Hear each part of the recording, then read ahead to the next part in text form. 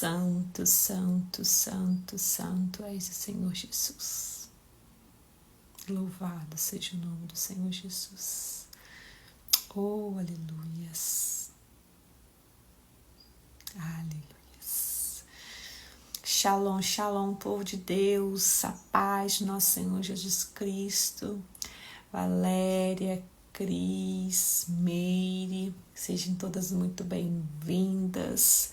Segunda-feira, para muitos, pode não ser um dia, de alegria, mas para aquele que louva a Deus em todo o tempo, todos os dias, é um motivo de alegria, porque Ele nos concedeu, a oportunidade de mais um dia, renovando nosso fôlego de vida. Amém?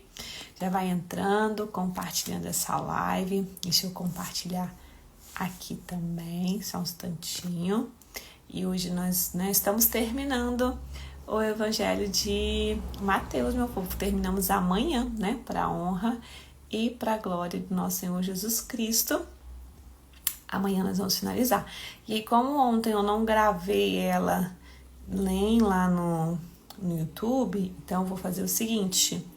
Nós vamos ler hoje o 26 e o 27, combinado? Que aí nós ficamos tudo certinho. Como é que eu tô encaminhando aqui a live? E aí já volto aqui para falar com vocês. Em nome de Jesus. Aleluia, Jesus, aleluia. Louvado seja Deus. Santo, santo, santo. Conta aí como é que foi a noite de vocês, de domingo, quem estava participando, da Masterclass ontem. Regina Maria, bom dia, seja bem-vinda, Deus abençoe poderosamente. Como vocês passaram depois, da aula de ontem, da ministração de ontem. Eu nem subi para minha casa. Aqui mesmo, na casa dos meus pais eu fiquei, dormi por aqui mesmo. Porque eu quis ficar naquele ambiente que foi gerado aqui nesse quarto, entendeu? Então, fiquei por aqui mesmo, gente. Nem lá em casa eu fui ainda. Mas hoje eu vou. Aleluia. Ah, é sua mãe, Valéria? Regina? Mas depois você assiste. Inclusive, falando disso, eu consegui carregar os vídeos lá no YouTube depois de muito custo, deu certo. E aí, pra variar, deu o quê? Direitos autorais. Meu povo, eu esqueci desse detalhe, na última gravação que nós fizemos, que foi há mais tempo, nós fizemos 4, A última tem mais de 2 horas, As outras são menores. E aí tem o momento do intervalo que eu deixei o louvor tocando, que eu não desliguei o YouTube para não ter que fazer outra. Na verdade, eu tinha desligado nas outras justamente por causa disso. Esqueci na última. E aí tá bom. Mas aí o que eu fiz? Eu baixei ela no meu celular, excluí, do YouTube, enfim. Baixei no meu celular, aí eu vou editar, vou juntar os 4 vídeos, entendeu? E aí depois eu compartilho o ao vivo com quem se inscreveu até sábado. Então quem se inscreveu até sábado vai ter acesso ao vivo. Vocês só aguardem aí que eu tive que remover. Então vocês não vão mais conseguir acessar com aquele link lá no YouTube. Eu tive que remover por causa dos direitos autorais, tá bom? Então, removi de lá, salvei no meu celular, vou editar, depois que eu editar, que aí é bom que eu junto um só. E aí, se eu conseguir editar tirando o fundo musical, tirando os louvores, eu posto novamente lá no YouTube, com link privado. Se eu não conseguir tirando, o fundo musical, não tem problema não. Eu vou postar, eu dou um jeito de mandar eles para vocês. Nem que eu tenha que colocar ele na plataforma com acesso só para quem se inscreveu até sábado, tá? Porque eu vou liberar o ao vivo só para quem se inscreveu até sábado. Para quem se inscrever depois, a aula eu vou começar a gravar daqui a pouco, inclusive. Terminar aqui a nossa a nossa live, né, eu já vou começar a gravar lá. Aí eu vou gravar separado as aulas para vocês, né, o módulo 1, aula 1, módulo 2, vou fazer assim, separado para vocês, tá bom? A paz do Senhor, Ana, bom dia. Roberto também, bom dia a todos vocês, sejam todos muito bem-vindos. Então, é por isso, Meire, eu removi, você tentou, estava removido, né? Tive que remover por conta dos direitos autorais, não teve jeito. Ai, infelizmente, ouvida, gente, esqueci disso. Ai, meu pai amado, depois eu comecei a assistir, eu falei, mas gente, o que eu deixei aqui? No nosso último intervalo, eu esqueci de encerrar a live. Mas tá bom, tudo certo, não, né, não vai dar certo. Pelo menos eu consegui salvar, né, no celular, e aí depois eu posto pra vocês, amém? Então, como eu não gravei ontem nem o devocional, né, e não faço no domingo, mas também não consegui gravar por conta da aula, eu vou ler com vocês hoje, então, Mateus, capítulo de número 26, e o Mateus, capítulo de número 27, que aí a gente deixa em dia, e amanhã nós vamos terminar, então, encerrar, né, o Evangelho de Mateus, amanhã dia 28, nós vamos ler o capítulo de número 28, depois nós vamos dar continuidade daquela forma, tá? Leio um com vocês na live e 3 em casa. Vocês vão ler 3 em casa, na live 4 versículos por dia. A gente lê pelo menos, né?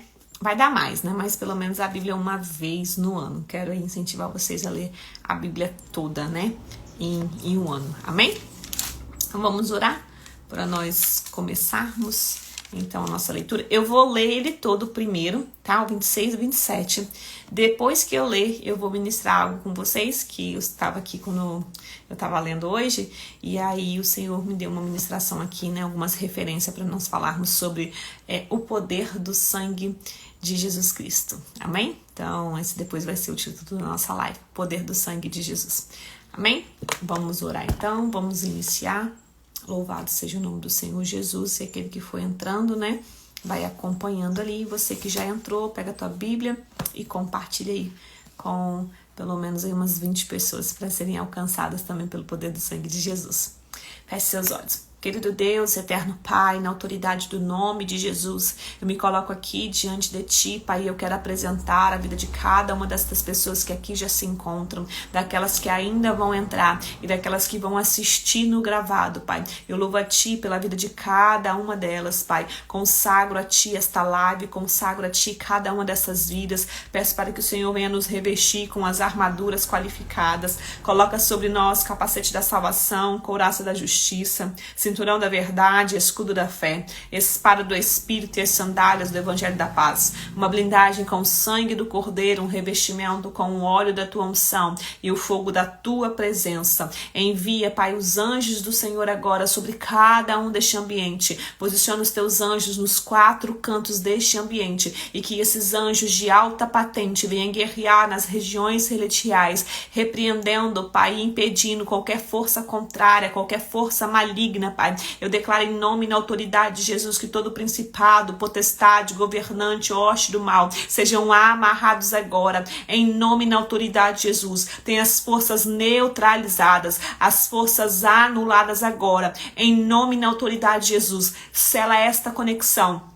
Sela, Pai, as nossas vidas. Passa o sangue do Cordeiro nos umbrais das portas e janelas da nossa casa. Espírito Santo, eu convido a tua doce e amorosa presença. Vem de encontro a cada um de nós nesta hora. Inunda o ambiente pelo qual os teus filhos encontram com a paz que excede todo entendimento, com a alegria que vem do Senhor, com a fé inabalável, que uma nuvem de glória venha pairar sobre este lugar e os teus filhos venham experimentar e testificar da tua presença, serem alcançados pela tua palavra, porque é a tua palavra que cura, que salva, que liberta, que transforma. Eis-me aqui como um instrumento do Senhor. Espírito Santo, a minha vida pertence a ti. Tens o controle total da minha vida, tens o controle total desta live. Que não seja eu, mas seja você através da minha vida. Assim eu oro, consagro e apresento a cada um de nós em nome de Jesus.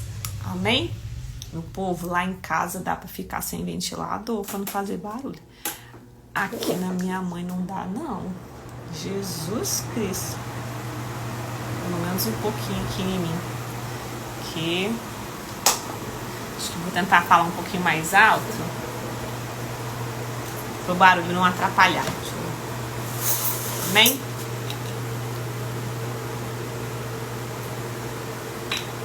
Louvado seja o nome do Senhor Jesus. Vamos lá, então. Evangelho de Mateus, capítulo de número 26, diz assim a palavra do Senhor. Quando Jesus terminou de falar todas essas coisas, disse a seus discípulos, né, que quando Jesus terminou de falar todas essas coisas, porque nós havíamos lido, né, no capítulo 24, 25, Jesus estava ali falando sobre, né, os acontecimentos futuros, de como nós deveríamos estar para a vinda dele, nos preparar, né, falou sobre a parábola das virgens, dos servos, né, dos talentos, falou sobre o juízo final, de como seria tudo, né? Enfim, então por isso que aqui no 26 está falando dessa forma. Quando Jesus terminou de falar todas essas coisas, disse a seus discípulos: como vocês sabem, a Páscoa começa daqui a 2 dias e o Filho do Homem será entregue para ser crucificado. Naquela mesma hora, os principais sacerdotes e líderes do povo estavam reunidos na residência de Caifás, o sumo sacerdote, tramando uma forma de prender Jesus em segredo e matá-lo, mas não durante a festa da Páscoa, para não haver tumulto entre o povo. Concordaram entre eles. Enquanto isso, Jesus estava em Betânia, na casa de Simão, o leproso. Quando ele estava à mesa, uma mulher entrou com um frasco de alabastro, contendo um perfume caro, e derramou o perfume sobre a cabeça dele. Ao ver isso, os discípulos ficaram indignados. Que desperdício, disseram. O perfume poderia ter sido vendido por um alto preço e o dinheiro dado aos pobres. Jesus, sabendo do que falavam, disse: por que criticam esta mulher por ter feito algo tão bom para mim? Vocês sempre terão os pobres em seu meio, mas nem sempre terão a mim. Ela derramou esse perfume em mim, a fim de preparar meu corpo para o sepultamento. Eu lhes garanto, onde quer que as boas novas sejam anunciadas pelo mundo, o que esta mulher fez será contado e dela se lembrarão. Então aqui, né, Jesus está enfatizando a importância de darmos aquilo que temos mais de precioso a Ele.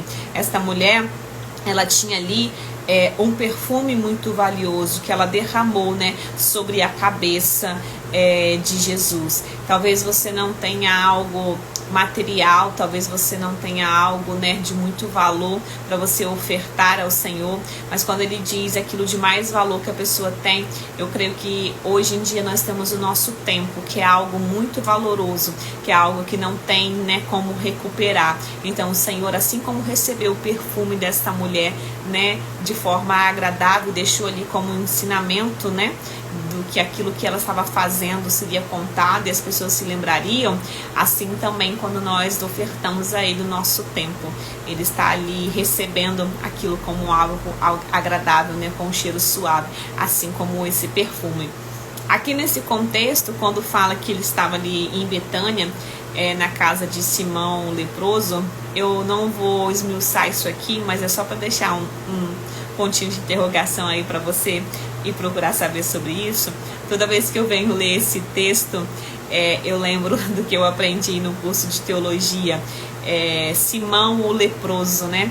Mas como assim? Jesus entrou na casa de um leproso, sendo que leproso, né, senão ninguém podia se aproximar dele. Leproso ficava num lugar separado. Como que Jesus entra na casa de um leproso, vai sentar à mesa ali ainda e vai levar convidados consigo? Então Jesus está ali quebrando a lei? Não, meu irmão, Jesus não está quebrando a lei. Mas, né, se eu for pelo âmbito da teologia, não vai dar conta aqui nessa live de explicar a vocês, mas Simão ele não estava aqui, não era leproso, tá? Depois vocês vão procurar lá, despertar a curiosidade de vocês vão lá estudar sobre isso. Eu lembro que no dia que eu aprendi sobre isso, o professor inclusive falou: mas se você for pregar isso, se for falar sobre isso, a pessoa vai ficar até meio bagunçada na mente. Mas eu ouvi a vida toda, Simão o leproso, mas enfim, Simão não era leproso não, tá, meu povo? Vamos continuar aqui. Então Judas Iscariotes, um dos 12, foi aos principais sacerdotes e perguntou: Quando vocês me pagarão se eu lhes entregar Jesus? E eles lhe deram 30 moedas de prata. Daquele momento em diante, Judas começou a procurar uma oportunidade para trair Jesus. Então aqui nós temos um contexto onde uma mulher tem algo de mais valioso, aquela única coisa que ela tinha ali de valioso, ela entrega para Jesus. E agora nós temos aqui um contexto de alguém que quer receber algo, né, em prol de entregar Jesus. Um com o coração totalmente desprendido das coisas materiais, uma totalmente focado somente em ofertar algo para Jesus, e o outro focado somente nas coisas materiais, pensando somente em tirar vantagem. Nós temos aqui duas vertentes, né? Dois tipos de ser humano que continua permeando aí, né, até essa geração. No primeiro dia da festa dos pães sem fermento, os discípulos vieram a Jesus e perguntaram: Onde quer que preparemos a refeição da Páscoa? Ele respondeu: Assim que entrarem na cidade, verão determinado homem. Diga-lhe: O mestre diz: Meu tempo chegou e comerei em sua casa a refeição da Páscoa com meus discípulos. Então, os discípulos fizeram como Jesus os havia instruído e ali prepararam a refeição da Páscoa. Algo aqui que eu quero parar rapidinho e trazer para vocês. Já perceberam que os discípulos sempre faziam tudo conforme Jesus estava instruindo? Porque esse é o verdadeiro discípulo, é aquele que segue exatamente as instruções de Jesus. Hoje nós não temos Jesus da forma que estes discípulos tinham, mas nós temos a palavra. E ser discípulo é seguir as instruções, é seguir as orientações exatamente como está na palavra. Então os discípulos fizeram como Jesus havia instruído e ali prepararam a refeição da Páscoa. Ao anoitecer, Jesus estava à mesa com os 12. Enquanto comiam, disse: Eu lhes digo a verdade, um de vocês vai me trair. Jesus sempre soube que um deles trairia ele, e mais, ele sempre soube qual deles trairia ele. Então Jesus nunca ficou confundido, Jesus nunca ficou enganado, e da mesma forma ele permite com que nós também não sejamos confundidos e não sejamos enganados. Da mesma forma que ele tinha esse conhecimento, esse discernimento, né, de espírito, ele também nos concedeu. Então se você busca nele, você pode até ter a pessoa ali próxima de você, assim como Jesus, né, mas você vai saber exatamente quem é cada uma delas. Muitos aflitos, eles protestaram um após o outro: Certamente não serei eu, Senhor. Jesus respondeu: Um de vocês que acabou de comer da mesma tigela comigo vai me trair. Então, se até Jesus, meus irmãos, foi traído por quem se sentou na mesa com ele, com quem comeu ali na mesma tigela, no mesmo prato que eu, você acha que nós também não vamos ser, né? Enfim. Judas, aquele que o trairia... que eu me perdi, tá, volta aqui. O filho do homem deve morrer, como as escrituras declararam há muito tempo. Mas que terrível seja para aquele que o trair. Para esse homem seria melhor não ter nascido. Judas, aquele que o trairia, também disse: Certamente não serei eu, Rabi. E Jesus respondeu: É como você diz. Enquanto comiam, Jesus tomou o pão e o abençoou. Em seguida, partiu em pedaços e deu aos discípulos, dizendo: Tomem e comam, porque este é o meu corpo. Então, tomou o cálice de vinho e agradeceu a Deus. Depois, entregou aos discípulos e disse: Cada um beba dele, porque este é o meu sangue que confirma a aliança. Ele é derramado como sacrifício para perdoar os pecados de muitos. Prestem atenção ao que eu lhes digo: não voltarei a beber vinho até aquele dia em que com vocês beberei vinho novo no reino de meu Pai.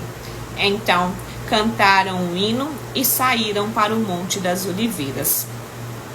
No caminho, Jesus disse: Esta noite todos vocês me abandonarão, pois as Escrituras dizem: Deus ferirá o pastor e as ovelhas do rebanho serão dispersas.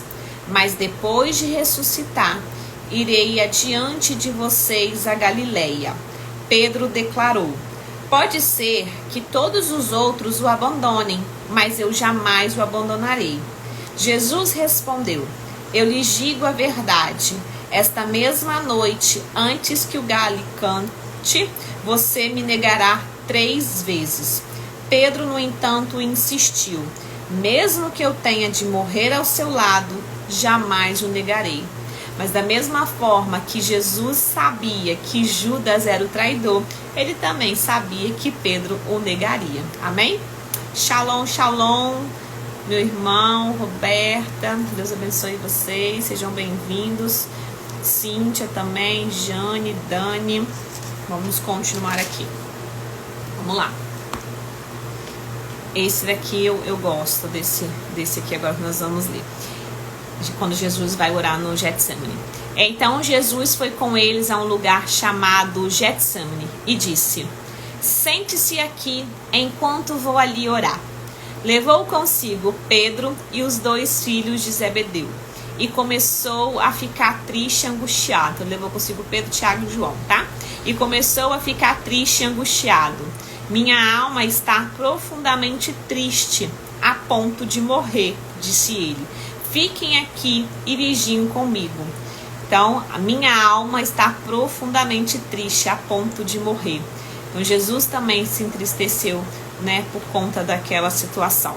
Mas aí ele pede: fiquem aqui e vigiem comigo. Ele avançou um pouco, curvou-se com o rosto no chão e orou: meu Pai, se for possível, afasta de mim este cálice. Contudo, que seja feita a tua vontade e não a minha. Então, o que não agrada ao Senhor não é o fato de você se sentir entristecido, não é o fato de você até pedir a Deus para tirar aquele fardo de você, né? O que na verdade, o que não agrada ao Senhor, o que desagrada a Ele, é o fato de você desistir por conta daquilo. Mas que sejamos como Jesus, que mesmo com a alma entristecida, mesmo pedindo o Senhor para nos livrar, mas que nós venhamos em todo o tempo dizer: que seja feita a tua vontade. Pai, a minha vontade é que o Senhor me tire dessa situação. Pai, a minha vontade é que o Senhor resolva essa situação. A minha vontade é que o Senhor me tire desse deserto, mas todavia seja feita a tua vontade. Amém? Ele avançou um pouco, curvou-se com o rosto no chão e orou: meu Pai, se for possível, faça de mim este cálice, contudo que seja feita a tua vontade e não a minha. Depois, ele voltou aos discípulos e encontrou os discípulos dormindo. Vocês não puderam vigiar comigo nem por 1 hora? Disse ele a Pedro: vigiem e orem, para que não cedam à tentação, pois o espírito está disposto, mas a carne é fraca. Qual foi a orientação de Jesus? Vigiem e orem. Vigiai e orai. Amém?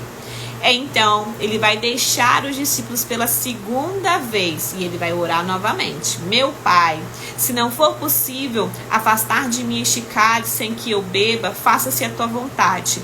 Quando ele volta pela 2ª vez, ele encontra novamente os discípulos dormindo, porque eles não conseguiam manter os olhos abertos.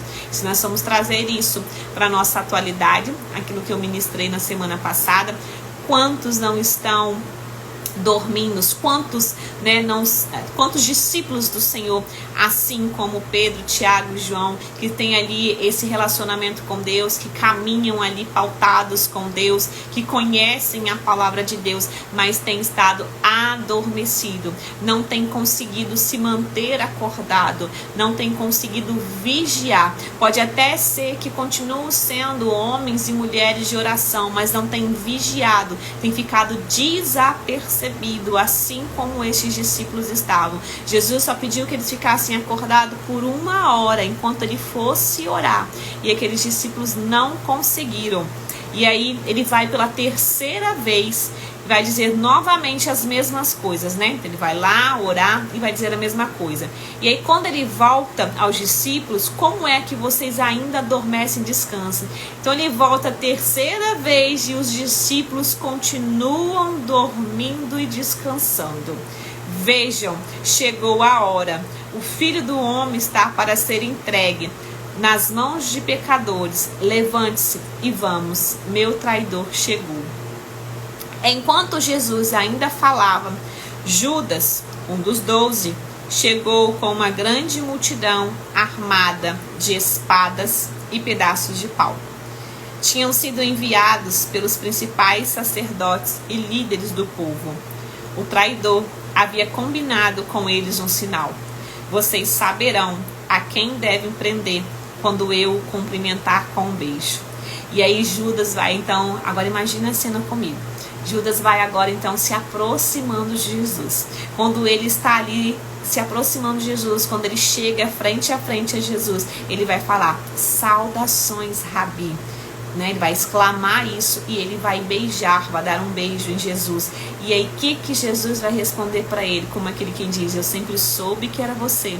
Você nunca me enganou, mas por um propósito, né? Eu cedo todas as coisas. E ele vai dizer, amigo, faça de uma vez o que veio fazer. Nem aqui nessa situação, sabendo que Judas estava entregando ele para a morte, ele menosprezou Judas, ele ignorou a Judas. Por quê? Quando Jesus diz, amigo, faça de uma vez o que veio fazer, Jesus não estava ali, como que eu vou dizer que fugiu a palavra? Não é ignorando a palavra que eu queria dizer. Não estava ali com fingimento, né? Não estava ali... Fugiu a palavra, gente, mas vocês me entenderam, né? Na verdade, o que Jesus estava dizendo aqui é porque era ele. O que tinha dentro dele não ia mudar aquilo pelo qual era Judas. Não é o fato da pessoa te trair que vai tornar você um traidor. Não é o fato da pessoa se apresentar uma outra face a você que vai fazer você também apresentar uma face ruim. Não é o fato dela tratar você mal que tem que fazer você também tratá-la mal. Jesus, o que ele tinha dentro dele era bondade. O que ele tinha dentro dele era humildade. Hipocrisia, Valéria, isso aí. Jesus não estava sendo hipócrita quando chama Judas de amigo. Na verdade, é o que ele tinha de bom dentro dele. Sabe, né? É o famoso quem dá bater na sua face, dê a outra para bater novamente. A palavra nos ensina isso. Mas quem de nós consegue ser assim? Quem de nós consegue dar a outra face quando alguém, né, dá nesse lado? Então, quem de nós consegue estender a mão para aquele que tem puxado o nosso tapete, vamos dizer assim? Mas a verdade é que é esse ensinamento que Jesus nos deixa, sabe? É você ajudar, independente do mal que as pessoas te fizerem. É você desejar o bem da pessoa, orar pela pessoa, mesmo ela tendo te traído, mesmo ela tendo feito tantas outras coisas, né, que te incomodou e que te entristeceu. A verdade é que orar por quem nos fere é o segredo, porque é muito fácil orar por pai, por mãe, por filho, por marido, por esposo, né, por esposa. É muito fácil orar por essas pessoas, mas orar por quem te fere. Então esse também é uma chave, né, da parte do Senhor para a minha e para a tua vida. Então os outros agarraram Jesus e o prenderam. Um dos que estavam com Jesus puxou a espada e feriu o servo do sumo sacerdote, cortando a orelha. Guarda sua espada, disse Jesus. Os que usam a espada morrerão pela espada. Você não percebe que eu poderia pedir a meu Pai milhares de anjos para me proteger e eles o enviaria no mesmo instante? Se eu o fizesse, porém, como se cumpririam as escrituras que descrevem o que é necessário que agora aconteça? Em seguida, Jesus disse à multidão: por acaso sou um revolucionário perigoso para que venham me prender com espadas e pedaços de pau? Por que não me prenderam no templo? Ali estive todos os dias ensinando, mas tudo isto está acontecendo para que se cumpram as palavras do profeta registrado nas Escrituras. Neste momento, todos os discípulos o abandonaram e fugiram. Forte, né? Aquele que caminhava com Jesus. Aqueles que viveram tantos milagres, né? Avistaram tantas coisas que Jesus fez, não só na vida de outras pessoas, como na vida deles mesmos, aqui abandonam Jesus e fogem. Quantos de nós já não fugimos em alguma situação diante de Jesus? Quantos de nós já não abandonou Jesus, desobedecendo algo que ele havia nos dito para fazer? Quantos de nós? Às vezes nós achamos que negar Jesus é não reconhecer que ele é Cristo. Na verdade, negar Jesus é não cumprir a palavra dele. Negar Jesus é não obedecer aquilo pelo qual ele deixou determinado para mim e para a tua vida. Negar Jesus é não cumprir com o propósito que nós temos nessa terra. Amém? Vamos continuar aqui. Então, os que haviam prendido Jesus o levaram para a casa de Caifás, o sumo sacerdote, onde estavam reunidos os mestres da lei e os líderes do povo.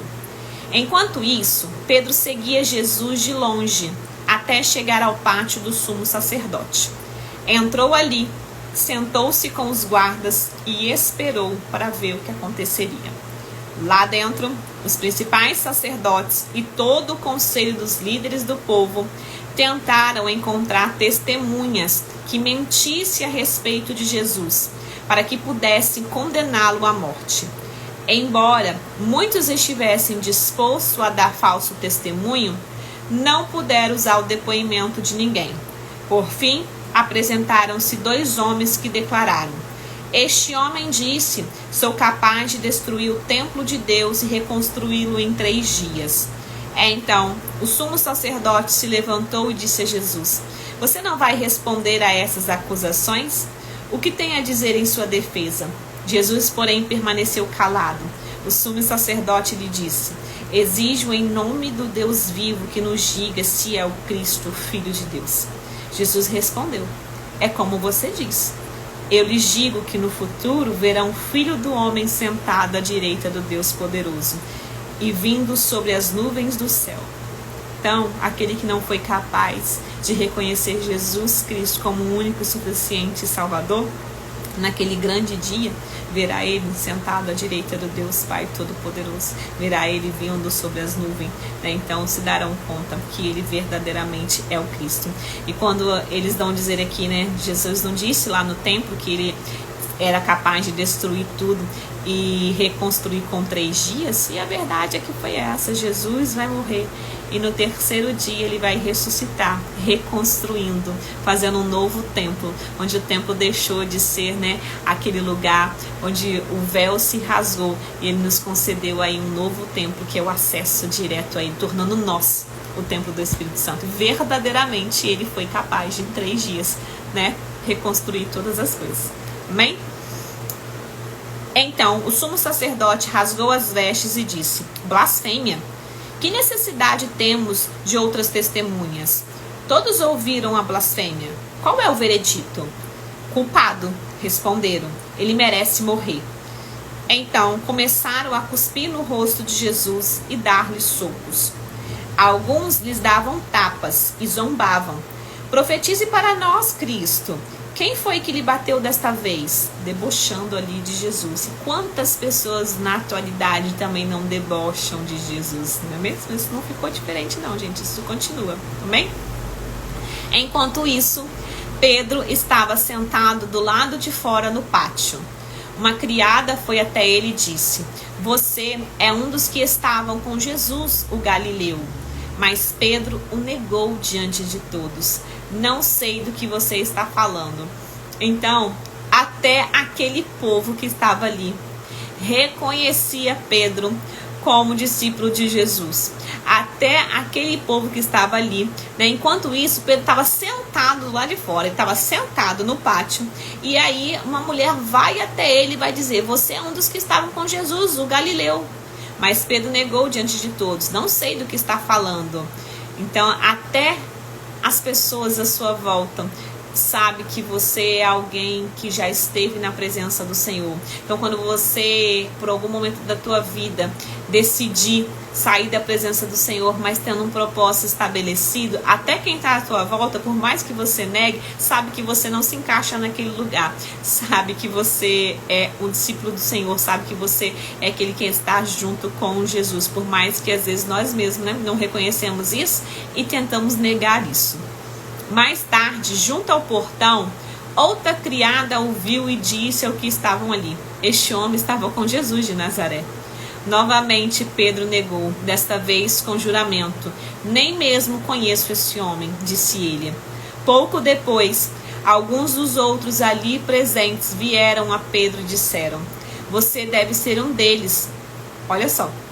Você deve ser um deles. Percebemos pelo seu sotaque galileu.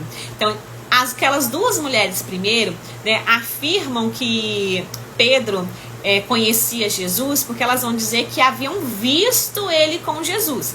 Então, algumas pessoas, né, vão te reconhecer pelo fato que já viram você fazendo alguma coisa para Jesus. Mas aí, né, vai ter um outro momento, pouco tempo depois, vai aparecer outras pessoas ali que vão até o Pedro, e esses daqui vão dizer: você deve ser um deles. Esses aqui não estavam mais afirmando porque viram Pedro com Jesus. Esses aqui agora estavam dizendo: você deve ser um deles, né? Porque percebemos isso pelo seu sotaque galileu, porque o sotaque de Pedro, né, era um sotaque galileu, né, assim como o de Jesus. Então esses homens associam Pedro, né, a Jesus por conta daquilo. Então pessoas também associam quem sou eu e quem é você na presença de Cristo, por mais que nós não dizemos, né, não venhamos falar alguma coisa, mas mediante o nosso comportamento, mediante a nossa forma de falar, a nossa forma de agir, é ali que nós somos reconhecidos como alguém que tem intimidade com Cristo.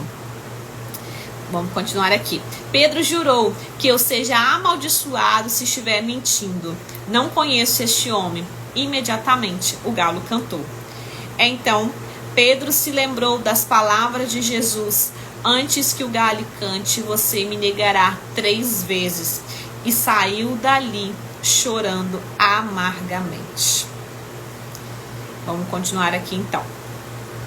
De manhã cedo, os principais sacerdotes e líderes do povo se reuniram outra vez para planejar uma maneira de levar Jesus à morte. Eles não se cansavam, né? Enquanto eles não conseguiram, mas é que a verdade é que eles acharam que eles conseguiram o que eles queriam. Então, os nossos inimigos vão até achar que eles estão conseguindo o que eles querem. Às vezes você está aí passando por uma prova que parece não ter fim. Às vezes você está passando por uma situação que parece não ter solução. Às vezes você está enfrentando algum problema que parece que nunca vai acabar, que a solução não chega. E aí o seu inimigo está até olhando assim, o inimigo da nossa alma, sabe? Está até olhando assim, pensando: esse daí é perdedor, esse daí é perdedor, esse aí está cansado, essa daí está cansado. Mas a verdade é que assim como aqueles fariseus, aquele povo, né, considerou estar estando por cima, considerou ter vencido, ter levado, ter conseguido feito Jesus ser morto, ser crucificado, na verdade até os inimigos de Jesus estavam aproximando ele do propósito. Aleluias! Assim como José, os irmãos de José acharam que estavam se livrando, né, de algo que eles consideravam um problema. O que eles mal sabiam é que eles estavam aproximando José do propósito dele. Amém? Vamos continuar aqui então. Quando Judas, que o havia traído, viu que Jesus tinha condenado à morte, encheu-se de remorso e devolveu as 30 moedas de prata aos principais sacerdotes e líderes do povo, dizendo: pequei, pois traí um homem inocente. Que nos importa? Retrucaram eles. Isso é problema seu. Porque aqui agora, mesmo que haja arrependimento, tem as consequências daquilo que nós fizemos, né? O que eu, sinceramente, não acredito que houve arrependimento da parte de Judas, e sim remorso, que é uma coisa completamente diferente. Uma coisa é remorso, outra coisa é arrependimento. Porque o remorso te gera uma tristeza por algo ali naquele momento. O arrependimento te faz mudar de comportamento. Amém?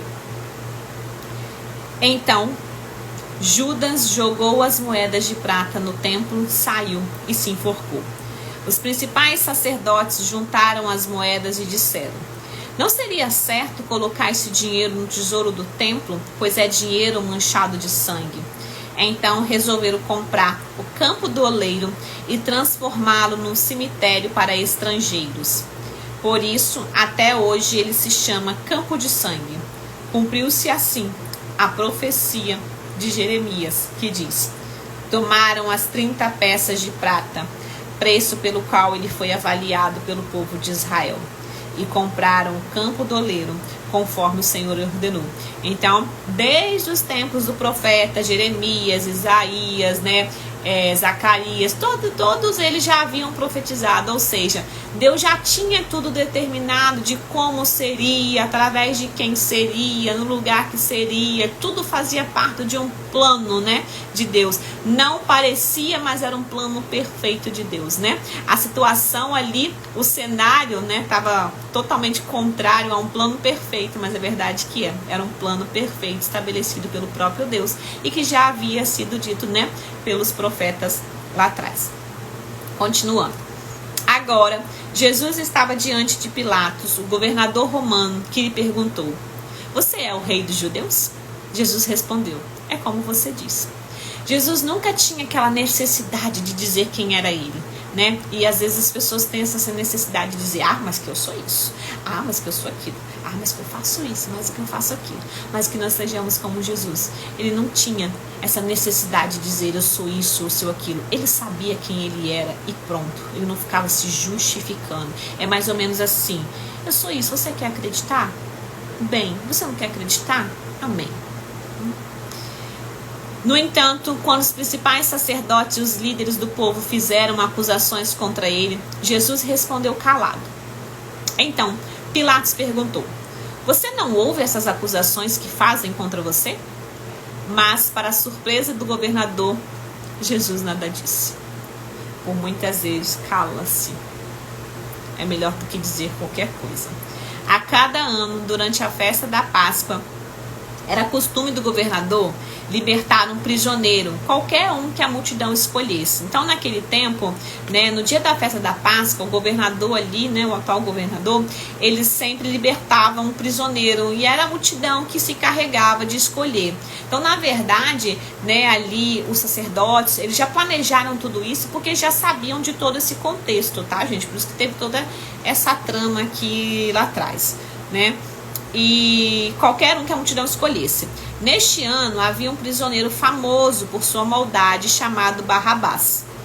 Quando a multidão se reuniu diante de Pilatos naquela manhã, ele perguntou: quem vocês querem que eu solte, Barrabás ou Jesus chamado Cristo? Pois ele sabia muito bem que os líderes religiosos tinham prendido Jesus por inveja. Então até o governador, até ele, que não era temente a Deus, que não cria, não entendia nada daquilo ali, sabia que os judeus estavam ali, aquele povo religioso que eles estavam, era com inveja de Jesus. Então a verdade é que o religioso sempre vai tentar o mal daquele que tem intimidade e relacionamento com Deus, que eu já disse para vocês, que para mim o religioso só é religioso porque ele é preguiçoso, porque tem preguiça de ler, de interpretar a palavra, e ele só pensa no benefício próprio, ele é preguiçoso e egoísta, ele tem preguiça de estudar e o egoísmo que só pensa em si mesmo, Então até quem não reconhecia Deus, até quem não servia Deus, que era o governador, reconhece que os religiosos estavam com inveja de Jesus e por isso estavam tramando tudo aqui. Até porque Jesus pregava a verdade. Todas as vezes que você pregar a verdade, você vai ser confrontado por aquele que prega mentira. Toda vez que você pregar a verdade, você vai ser confrontado por aquele que é egoísta, para aquele que pensa só em si próprio. Mas que nós sejamos confrontados por estes tipos de pessoas e não pelo próprio Deus. Amém? Neste momento, enquanto Pilatos estava sentado no tribunal, sua esposa lhe mandou o seguinte recado: deixe este homem inocente em paz. Na noite passada tive um sonho a respeito dele e fiquei muito perturbada. Enquanto isso, os principais sacerdotes e os líderes do povo convenceram a multidão a pedir que Barrabás fosse solto e Jesus executado. Então, até o governador, até a esposa dele tinha ali aquela sensibilidade de entender, né, que Jesus não era aquilo pelo qual, né, os sacerdotes estavam dizendo que ele era, e estava convencendo o povo em relação àquilo. Mas a cegueira espiritual daquele povo era tão grande que até o ímpio reconhecia Jesus, né? Sabia que Jesus era inocente, mas aqueles pelo qual deveriam reconhecer ele como Messias tinham uma cegueira tão grande que não conseguiam enxergar, né, um palmo diante de ti. Conseguiram eles ser enganados pelo sacerdote. Quantas pessoas hoje em dia não estão sendo enganadas, né, por sacerdotes, por aqueles que se dizem homens e mulheres de Deus, porque estão com uma cegueira espiritual. Por isso a importância de você buscar intimidade com o Senhor, de você buscar um relacionamento com o Senhor, de você não viver somente daquilo que alguém ministra sobre a tua vida, você não viver somente através de uma pregação que você tem assistido, mas a importância é indispensável você ter intimidade, relacionamento com Deus, para você não ficar enganado. A verdade é que você só vai saber que um homem é um homem de Deus, que uma mulher é uma mulher de Deus e que eles pregam a verdade se você conhecer a palavra e se você tiver intimidade com Deus. Por quê? Ele pode estar ali ministrando a palavra de fato, falando de fato o que está na palavra, né? E tá ali ministrando, porque a palavra, uma vez que você leu, e você leu a Bíblia, você estudou a Bíblia, você vai saber o que está aqui.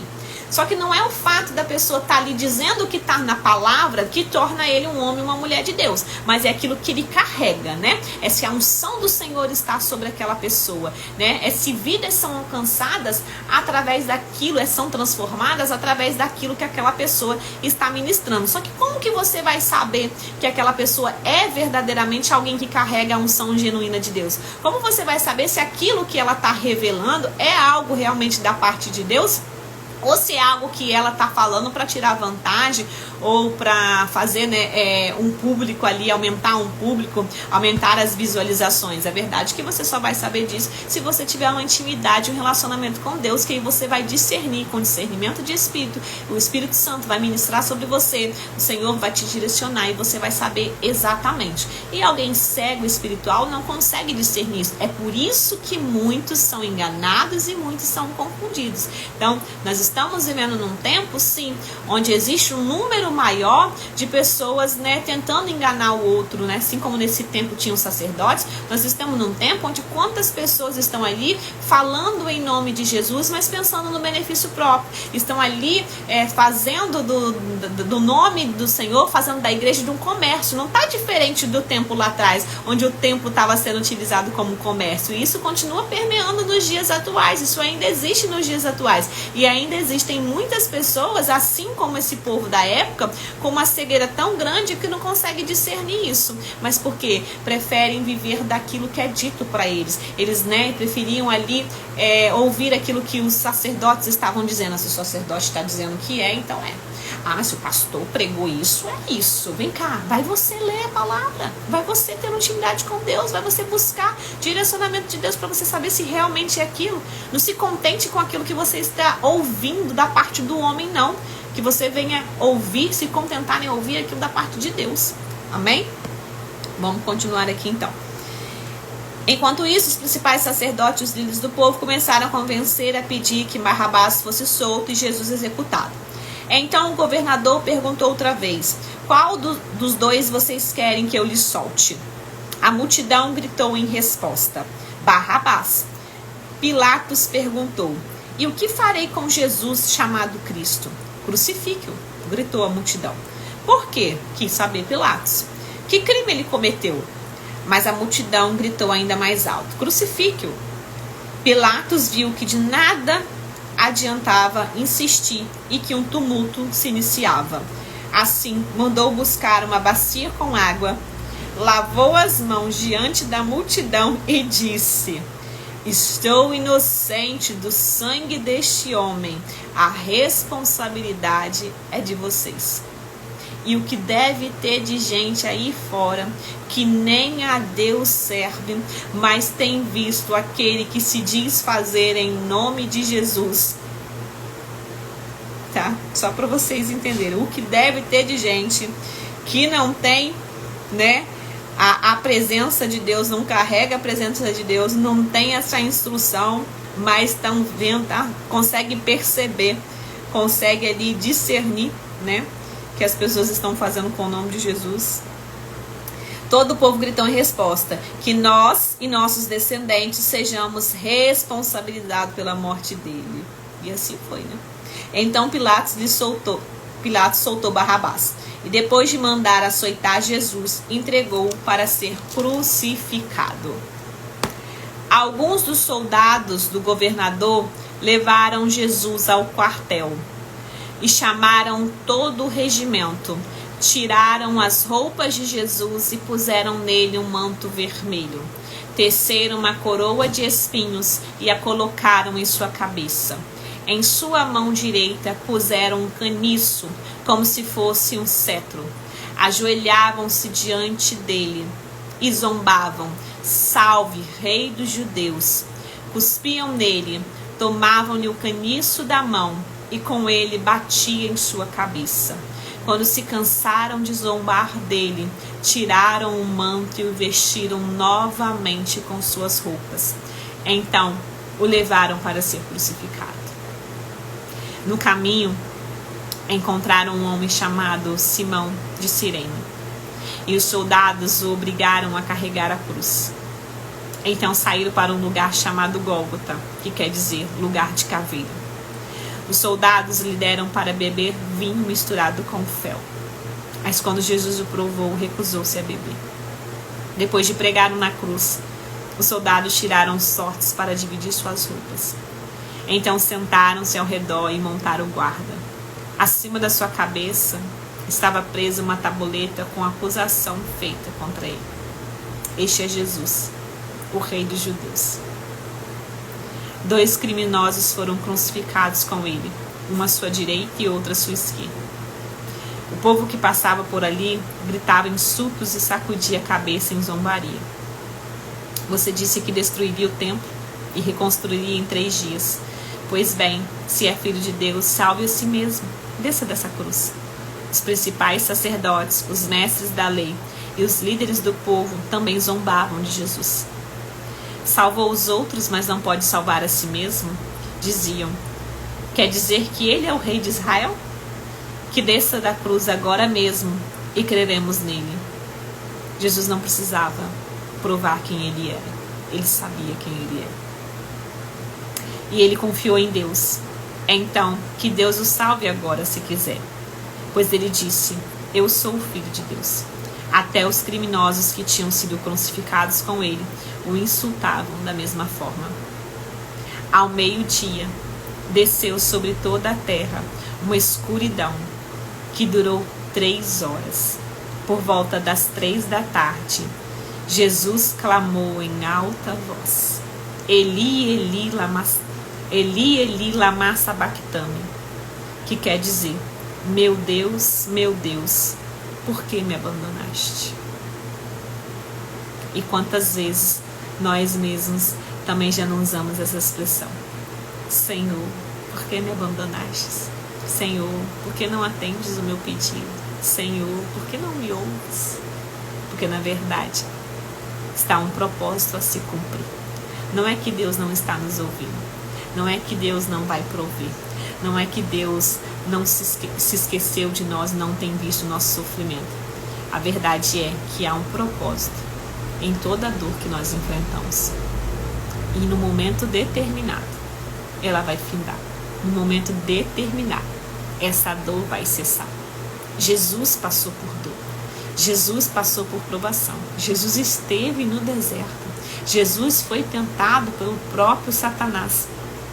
Ele viveu tudo isso, superou tudo isso, para que nós venhamos entender que além de Deus ter dado seu único filho, né, por amor de nós, para que nós tenhamos, né, ali a oportunidade de uma vida eterna, eu falo que A morte de Jesus, quando Deus dá seu único filho como nosso único e suficiente Salvador, ele nos dá direito a ter acesso à vida eterna. A morte de Jesus não é garantia de vida eterna. Ela é direito à vida eterna. É diferente. Garantia, quando você compra algo que tem a garantia. Você compra um celular, tem a garantia de 1 ano. Aquela garantia, se o seu celular der defeito, é garantido que eles vão te entregar outro aparelho. É certo, não tem outra coisa. Deu defeito naquele período, é fato que eles vão te entregar. Isso é garantia. Direito, você tem direito, mas você tem que lutar pelo seu direito. Você tem que correr atrás do seu direito. Ou seja, você tem que fazer alguma coisa para conquistar. A morte de Jesus não nos dá garantia da vida eterna. A morte de Jesus nos dá direito à vida eterna. Só que este direito, eu e você, temos que fazer algo para acessar. Temos que renunciar às coisas, temos que buscar a Deus, temos que obedecer a palavra para ter direito à vida eterna. Amém? Alguns dos que estavam ali pensaram que ele chamava o profeta Elias. Um deles correu, ensopou uma esponja com vinagre e a ergueu num caniço para que ele bebesse. Os outros, porém, disseram: esperam, vamos ver se Elias vem salvá-lo. Então Jesus clamou em alta voz novamente e entregou seu espírito. Naquele momento, a cortina do santuário do templo se rasgou em 2 partes, de cima até embaixo. A terra estremeceu, rochas se partiram e sepulturas se abriram. Muitos do povo santo que havia morrido ressuscitaram. Saíram do cemitério depois da ressurreição de Jesus. Entraram na cidade santa de Jerusalém e apareceram a muita gente. Então, o templo foi ou não foi destruído? Quando Jesus lá atrás disse que ele era capaz de destruir o templo e reconstruir em 3 dias.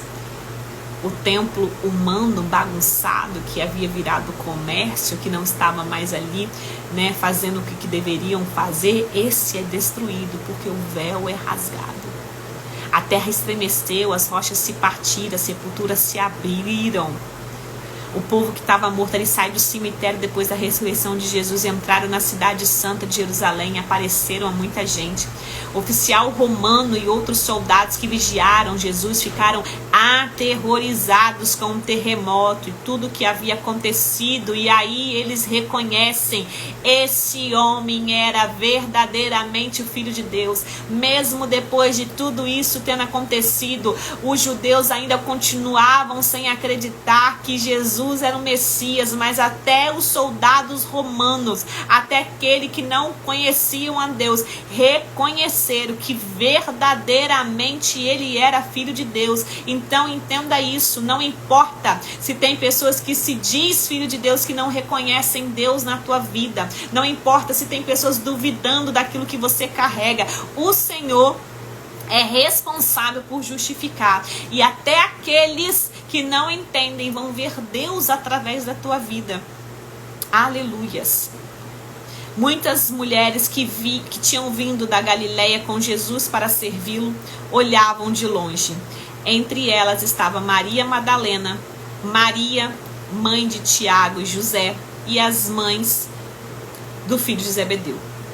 Ao entardecer, José, um homem rico de Arimateia, que tinha se tornado seguidor de Jesus, foi a Pilatos e pediu o corpo de Jesus.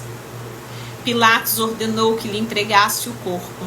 José tomou o corpo e envolveu num lençol limpo, feito de linho, e o colocou num túmulo novo, enquanto lá atrás eles trocaram a veste de Jesus, colocaram sobre ele um manto vermelho, aceitaram ele, bagunçaram, tudo, feriram o corpo dele, porque sempre vai ter aquele que vai bagunçar, sempre vai ter aquele que vai te ferir, mas Deus sempre vai arrumar alguém para cuidar.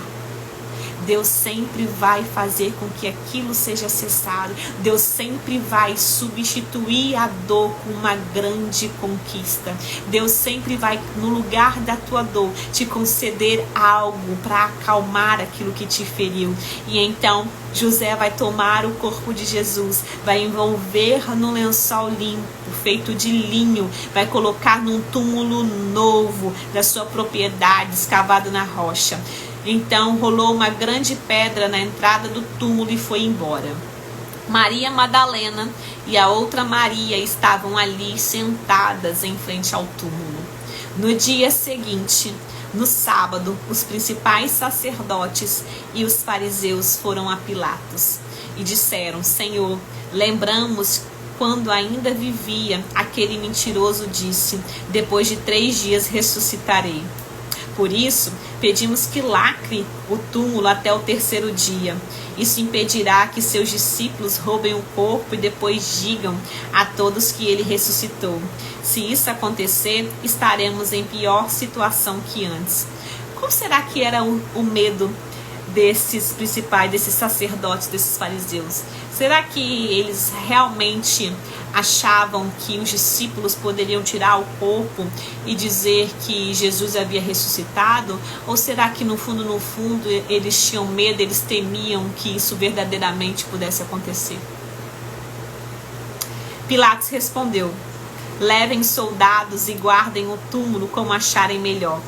Então eles lacraram o túmulo e puseram guardas para protegê-lo. Amém? Então nós terminamos aqui, né, o 26 e o 27.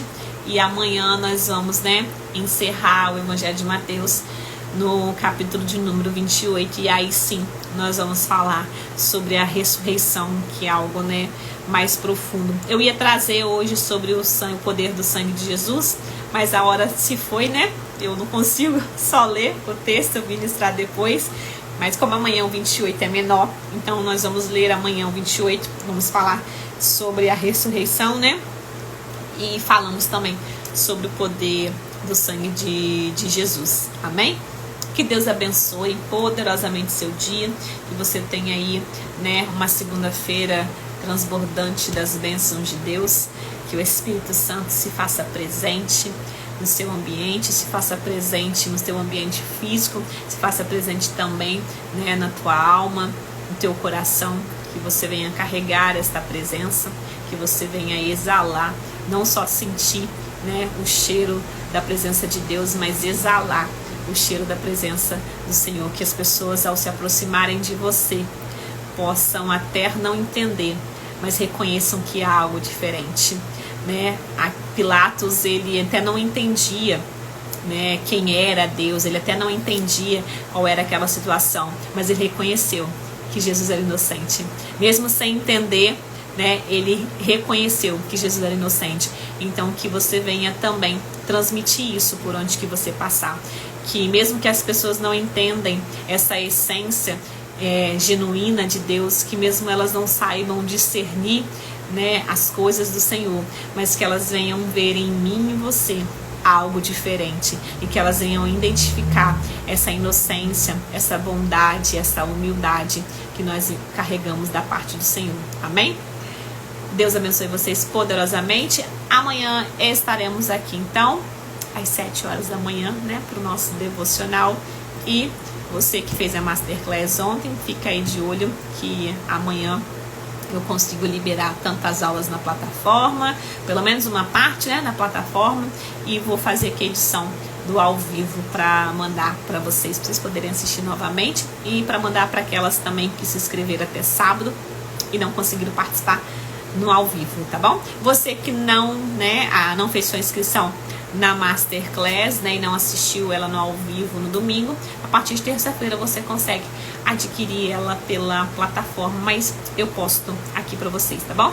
Deus abençoe vocês poderosamente e até amanhã.